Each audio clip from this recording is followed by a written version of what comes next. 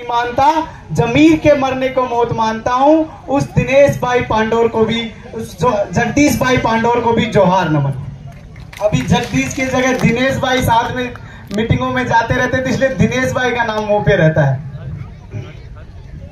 अब बात करते हैं, उससे पहले आदिवासी परिवार को मैं बहुत बहुत धन्यवाद देता हूं। इसलिए धन्यवाद देता हूं कि आदिवासी परिवार ने ना केवल आदिवासियों के इतिहास को खोद के उजागर किया है, हम जैसे किसान जातियों के इतिहासों को भी उजागर किया है। अभी परसों के रोज यहाँ से थावर चंद जी, कांति भाई और दिनेश भाई गए थे, और थावर चंद जी ने जो भरे मंच से बोला, आज तक कोई गुजरों में छोटा मोटा नेता नहीं बोल पाया। वो उन्होंने भरे मंच से कहा कि देव नारायण जी को देव बनाने वाले हम भील ही हैं। और ना केवल देव नारायण जी, आप तेजा जी, गोगा जी, रामदेव जी, इनका इतिहास उठा के देखिए और उनमें भीलों का योगदान देखिए। परसों के दिन हमारे यहाँ एक आरएएस अधिकारी है, मेरे तहसील में पोस्टिंग है, वो मेरे को कह रहे थे यार कभी मुझे भंवर दादा से मुलाकात करवाओ। तो मैंने कहा जी क्यों, क्या बात हो गई ऐसी? बोले यार हम नायक हैं और कहीं ना हमारा और उनका पुराना जुड़ाव है। ऐसे ही एक पंजाब से एक दिन फोन आया, तो कैसे टुकड़ों में बट गए, यही नहीं बटे, भील है जो गंगापुर, अब आप देखिए कहाँ गंगानगर है, गंगानगर तक बसे हुए हैं। उसमें कहीं ना कहीं जो मतभेद है या आपसी जो उच्चता दिखाने का वो है, उसके कारण विभाजन हुआ। अब बात करते हैं कि हम और आपके साझे सुख दुर्द में कैसे काम आते हैं। हमारे यहाँ पूर्वी राजस्थान नहर परियोजना की बातचीत हो रही है, बहुत बड़ा आंदोलन चल रहा है। हमारे निकम्मे विधायकों ने आवाज नहीं उठाई, लेकिन भील प्रदेश के लाडले विधायक उमेश डामोर उस दिन पूर्वी राजस्थान की सभा के अंदर बड़ी मजबूती से कह के आए। तो मैं अपनी बात को रखते हुए, हमारे बीच में कांति दादा पधार गए हैं, स्वागत के लिए ये दो शब्द बोले, उससे पहले मैं ही बोल देता हूँ। कांति दादा वो पेड़ है जिसकी छाया में हम जैसे छोटे छोटे पैदे बड़े हुए, भंवर दादा, कांति दादा, ये एमएलए विधायक, इन्हीं से हम सीख के आगे बढ़ रहे हैं। और बहुत से एमएलए विधायक और बनेंगे, और जो नहीं बनेंगे वो समाज का मार्गदर्शन तो कर ही रहे हैं। टाइगर अभी जिंदा है, भील प्रदेश का टाइगर का पंडा।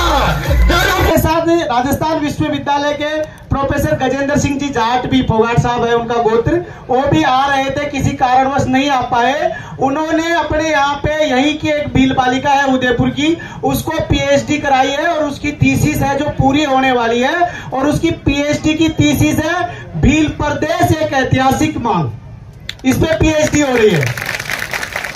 तो अपनी बात को शुरू करते हैं। राणा पूंजा भील जी जहां थे, प्रकृति में गुजरने के बाद में जगदीश भाई पांडोर जब वहां पे पहुंचे, तो दोनों के बीच में बातचीत हो रही है। क्या बातचीत हो रही है, इसको समझने और सुनने की जरूरत है।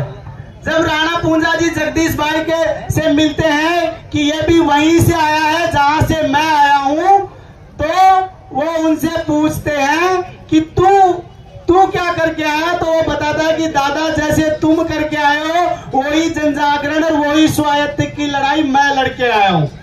मेवाड़ क्या है साथियों, आज मैं आपको बता के जा रहा हूं। इस मेवाड़ में से चंदन, राणा पूंजा और हाकिम का सूर तीन को निकाल देते हो तो मेवाड़ कुछ ही नहीं है। आज राणा पूंजा की जयंती पर उदयपुर में मुस्लिम समाज के साथी जगह जगह जलपान करवा रहे थे, लोगों को पानी का वितरण, बोतलें बांट रहे थे, वो हाकिम का सूर के वंशज है।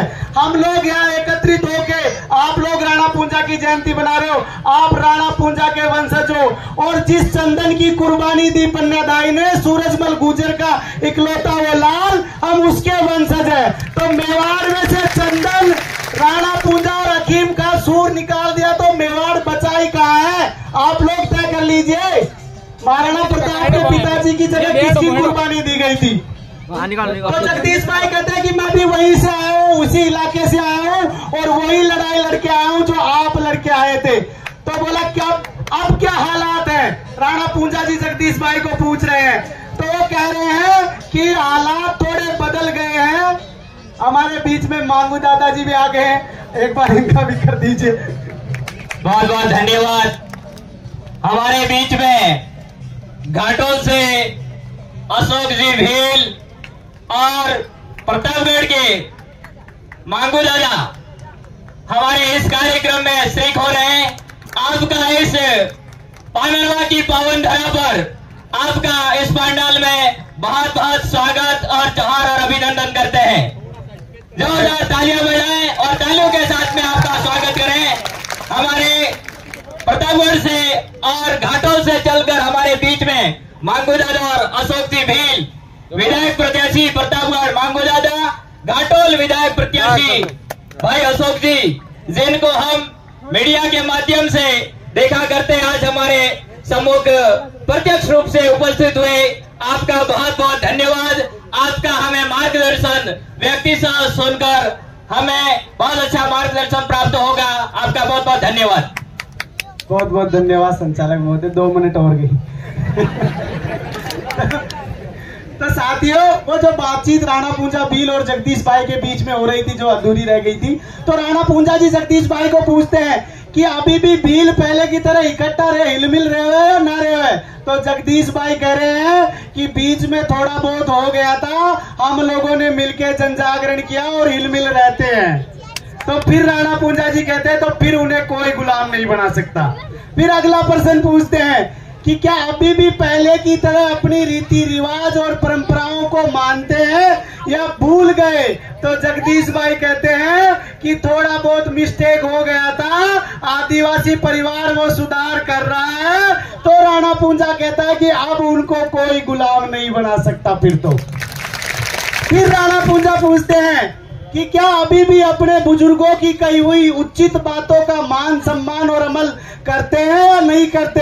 तो जगदीश भाई कहते हैं कि जी करते हैं। तो बोला फिर उन्हें कोई गुलाम नहीं बना सकता। फिर चौथी बात कहते हैं कि क्या अभी भी अपने अत्याचार और शोषण के खिलाफ अपनी बहन बेटियों के मान सम्मान के लिए खड़े होते हैं या नहीं होते हैं? तो जगदीश भाई कहते हैं जी बिल्कुल वैसे की वैसे लठ काट देते हैं अभी भी। तो फिर उनको कोई गुलाम नहीं बना सकता। तो साथियों, एक छोटी सी आपस की उनकी बातचीत है जिसमें मैं कविता लिख रहा हूं, जल्दी आप लोगों के बीच में लेके आएंगे उसको। मैं ज्यादा टाइम नहीं लूंगा, 2 बातें कह के अपनी वाणी को विराम दूंगा। एक बात ये कि जगदीश भाई, राणा पूंजा और ये जितनी भी मेवाड़ की अपन ने बातें की कि मेवाड़ हाकिम का सूर, चंदन और राणा पूंजा के बिना कुछ भी नहीं, और आज उनकी लड़ाई को हम लोग लड़ रहे हैं। तो लड़ाई लड़ते हुए शहीद होना बड़ी बात है, लड़ाई से भागना नहीं। इसकी मैं आपको एक छोटी सी कहानी बताता हूं। जब इस्लाम अपने इस्टेब्लिश के दौर में था तो मोहम्मद साहब एक किले में गिर जाते हैं। नीचे 40,000 लोगों की सेना होती है और ऊपर किले में 400 तीरंदाज होते हैं। देखिए, मैथोलॉजी की कहानियां हैं, इसमें कोई अंधविश्वास और पाखंड में नहीं जाए, बस चीजों को समझाने के लिए बता रहे हैं। तो मोहम्मद साहब अपने तीरंदाजों को कहते हैं कि देखिए कुछ भी हो जाए, किसी भी हालत में किले को नहीं छोड़ना है। तो साहब युद्ध होता है, 2 पहर की लड़ाई होती है, 2 बज जाते हैं लड़ते लड़ते, आधे सारे तीरंदाज नीचे उतर जाते हैं, सिर्फ 40 लोग बचते हैं और मारे जाते हैं। उन 40 अनुयायियों के साथ में मोहम्मद साहब, वहां सेना जो है किले में प्रवेश करती है। मोहम्मद साहब फरिश्तों को याद करते हैं, फरिश्ते वो लड़ाई जीता देते हैं। कुल मिलाकर बात में वो पूछते हैं, जो अनुयायी बच जाते हैं, वो कि ये जो किला नहीं छोड़ने की बातचीत थी वो क्या थी मोहम्मद साहब, इसके बारे में बताइए। तो मोहम्मद साहब कहते हैं कि देखिए मरना तो नीचे जाके भी था, मरना यहाँ भी था। मोजीज बात यह थी कि अपने किले में मरे, अपने खेत में मिले, अपने खेत में मरे, अपने स्वाभिमान के लिए लड़के मरे, अपने रीति रिवाज परंपरा के लिए लड़के मरे, अपने भील प्रदेश के लिए काम करके मरे। ये मोजीज बात है साथियों। जैसे आपके इन इलाकों में राणा पूंजा हुआ, आजादी से कुछ सालों पहले किसानों के एक बहुत बड़े नेता हुआ दीनबंधु सर छोटू राम, जिन्होंने अविभाजित पंजाब, जब पंजाब भारत में ब्रिटिशर्स का शासन था, उस दौरान हुए चुनाव में पंजाब में यूनियनिस्ट पार्टी की सरकार बनाई। तो जब सर छोटूराम कांग्रेस छोड़ के यूनियनिस्ट पार्टी ज्वाइन कर बना रहे थे, तो उन्होंने ये यूनियनिस्ट पार्टी वहां के सर मियां फजले हुसैन साहब के साथ मिलकर बनाई, जो मुसलमान थे। तो इस बात के लिए लाला लाजपत राय सर छोटूराम के पास जाते हैं और सर छोटूराम जी से कहते हैं कि देख छोटूराम, तू भी, बस 2 मिनट, कि देख छोटूराम, तू भी हिंदू है, मैं भी हिंदू हूं, हम दोनों का धर्म एक है, तो हम दोनों को मिलकर पार्टी बनानी थी, बजाय तूने उस मुसलमान के साथ मिलकर जो पार्टी बनाई। तो सर छोटूराम उसको क्या कहते हैं, वो बातें आज भील प्रदेश में हो रही है, ये समझने की जरूरत है। SC ST OBC और माइनॉरिटीज के साथियों को साथ आने की जरूरत है। सर छोटूराम लाला लाजपत राय को कहते हैं कि देखिए लाला जी, भले हम लोग जो हैं वो ईमानों के आधार पे जिंदगी जीने वाले लोग हैं, भले ही आपका और मेरा धर्म एक है, लेकिन हमारा ईमान अलग अलग है। आम लोग जो है मेहनत की कमाई खाकर जिंदा रहने वाले लोग हैं, और आप लोग जो है जो कृत्रिम मांग पैदा करके जिंदा रहने वाले लोग हो। और भले ही मेरा और सर छोटूराम बता रहे हैं बात कि भले धर्म अलग अलग हो, लेकिन हमारा ईमान एक है, और हम लोग ईमानों पे जिंदगी जीने वाले लोग हैं, इसलिए मैंने उनके साथ पार्टी बनाई है। तो आज बीएपी को, आदिवासी परिवार को, भील प्रदेश को, उन तमाम लोगों को एक मंच पे आने की जरूरत है जो ईमानों के साथ जिंदगी जीना चाह रहे हैं, जो ईमानों के साथ जिंदगी जी रहे हैं।